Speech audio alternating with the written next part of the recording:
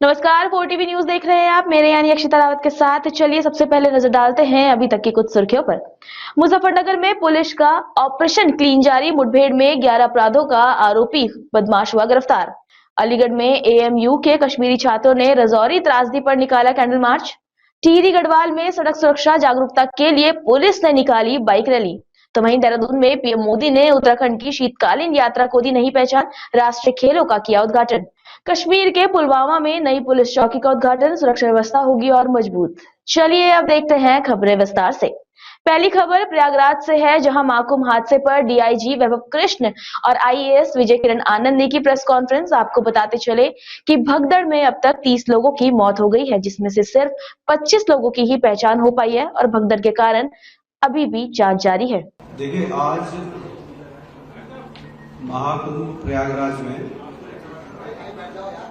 मौनी अमावस्या का मुख्य स्नान पर्व था 29 जनवरी 2025 को। इसमें ब्रह्म मुहूर्त से पूर्व प्रातः 1 बजे से 2 बजे के मध्य बेला क्षेत्र में अखाड़ा मार्ग पर भारी भीड़ का दबाव बना और इस भीड़ के दबाव के कारण दूसरी ओर के बैरिकेड्स टूट गए और भीड़ के लोग बैरिकेड्स बांधकर दूसरी तरफ ब्रह्म मुहूर्त के स्नान का इंतजार कर रहे श्रद्धालुओं को कुचलना शुरू कर दिया। यद्यपि प्रशासन ने तत्काल राहत और बचाव कार्य करते हुए ग्रीन कॉरिडोर बनाया और एम्बुलेंस के माध्यम से लगभग 90 घायलों को अस्पताल तक पहुंचाया, परंतु इसमें से दुर्भाग्यपूर्ण तरीके से 30 श्रद्धालुओं की दुखद मृत्यु हो गई है। प्रयागराज महाकुंभ में हुई भगदड़ में जौनपुर से आए श्रद्धालुओं की हुई मौत। जानकारी के अनुसार सास, ससुर और बहू महाकुंभ में स्नान के लिए आए थे, जिसमें से सास और बहू की भगदड़ के दौरान मौत हो गई, जबकि ससुर गंभीर रूप से घायल हो गए। मौत की सूचना मिलते ही गांव में कोहराम मच गया। सुनिए क्या कहना है उनके परिजनों का। सब लोग प्रयागराज गए थे नहाने के लिए और घर से एक दादा थे बुजुर्ग और वो दादी भी थी साथ में और उनकी बहू थी और बहू की तीनों बेटी थी और अगल बगल के लोग गए थे और इनके परिवार में भी 2 लड़की और 2 औरत और एक छोटी बच्ची थी गोद में। कितने लोग कुल गए थे? इनके घर में 7 लोग थे। अच्छा, कितने लोगों की मौत हुई, कैसे पता चला? 2 लोगों की मौत हुई है। बस यही हम लोग को पता चला कि भगदड़ में उन लोगों का मौत हो गया। मुजफ्फरनगर में पुलिस का ऑपरेशन क्लीन लगातार जारी है। पिछले 24 घंटे में ये तीसरी मुठभेड़ है जिसमें पुलिस और बदमाशों के बीच आमना सामना हुआ। ताजा मुठभेड़ नगर कोतवाली क्षेत्र के जंगलों में हुई, जहां चेकिंग के दौरान पुलिस ने एक संदिग्ध बदमाश को रोका। इस दौरान हुई मुठभेड़ में गोपाल पंडित उर्फ रोहित नामक बदमाश के पैर में पुलिस की गोली लगी। पुलिस ने मौके से एक देशी तमंचा, कारतूस, चोरी की बाइक और कुछ नकदी बरामद की है। उत्तर प्रदेश पुलिस का यह ऑपरेशन अपराधियों के खिलाफ सख्ती से जारी है, जिसमें बदमाशों में दहशत का माहौल बना हुआ है। अगली खबर रायबरेली से है, जहां गंगा जमुनी तहजीब की खूबसूरत झलक देखने को मिली, जहां मुस्लिम समाज के लोगों ने कुंभ स्नान के लिए जा रहे श्रद्धालुओं को खाने पीने का सामान वितरित किया। भारी भीड़ के कारण आईटीआई होल्डिंग एरिया में रोके गए श्रद्धालुओं के लिए मुस्लिम समाज और संगम हॉस्पिटल के स्टाफ ने मिलकर भोजन व पानी की व्यवस्था की। इस सेवा कार्य के दौरान नगर पालिका के ईओ स्वर्ण सिंह भी मौजूद रहे। अलीगढ़ में जम्मू कश्मीर के राजौरी जिले के बढ़ाल गांव में रहस्यमयी परिस्थितियों में हुई कई नागरिकों की मौत को लेकर अलीगढ़ मुस्लिम यूनिवर्सिटी के कश्मीरी छात्रों ने कैंडल मार्च निकाला। ये मार्च मौलाना आजाद लाइब्रेरी से बाबे सैयद गेट तक आयोजित किया गया। मार्च के दौरान छात्रों ने मृतकों को श्रद्धांजलि अर्पित की और इस त्रासदी की निष्पक्ष जांच की मांग उठाई है। छात्र तबस्सुम रजा का कहना है कि हम इस मार्च के जरिए उन पीड़ित परिवारों के साथ अपनी एकजुटता प्रकट कर रहे हैं। तो वहीं अली नवाज जैदी ने बताया कि छात्रों ने राष्ट्रपति के नाम एक ज्ञापन सौंपा है, जिसमें इस घटना की विस्तृत जांच और प्रभावितों के लिए आवश्यक सुरक्षा और स्वास्थ्य सुविधाएं सुनिश्चित करने की मांग की गई है।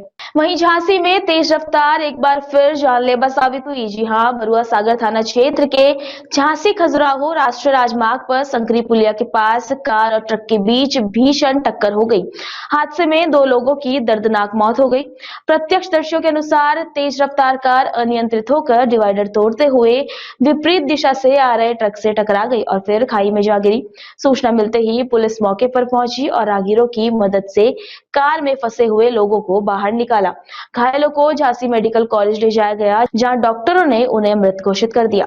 हमीरपुर जिले के राठ कोतवाली क्षेत्र के दीवानपुरा में गरीबी की मार एक दर्दनाक घटना का कारण बनी। यहाँ एक किशोरी ने महज चप्पल के लिए पैसे न मिलने से नाराज होकर फांसी लगाकर आत्महत्या कर ली।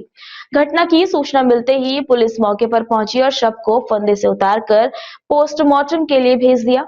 इस दर्दनाक घटना ने इलाके में सनसनी फैला दी है और लोगों को गरीबी की भयावह सच्चाई पर सोचने के लिए भी मजबूर कर दिया है। मोड़ी ने फांसी लगा लगी। हाँ, कजूनी का गोसेल टाप किया दी टैंका नदी गोसेल टाप किया दी।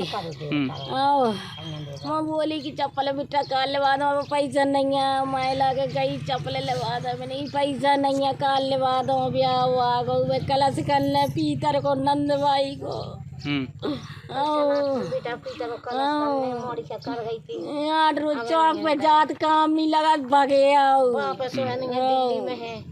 काम नहीं लगा तो भागे आदमी अपना जैसे जैसे में लड़का अपने पाल लई। चलिए अब रुक करते हैं देहरादून का। देहरादून स्थित भारतीय वन्यजीव संस्थान में वन्यजीव प्रबंधन के 39वें सर्टिफिकेट कोर्स का विधायी समारोह का आयोजन किया गया।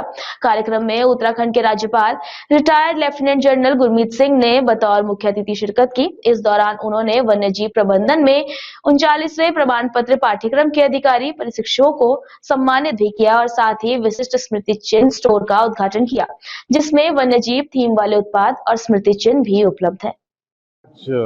Wild life institute of India WII के सर्टिफिकेशन कॉन्वोकेशन के ऊपर में बहुत ही आनंद आया। पूरे इंस्टीट्यूट को बहुत डिटेल से देखा और यहाँ पर जो इकोसिस्टम है, काम करने का ढंग है, वो अपने आप में एक आउटस्टैंडिंग सिस्टम है, जिसके अंदर में रिसर्च, शोध, टेक्नोलॉजी और नवाचार का एक वातावरण दिखाई दिया।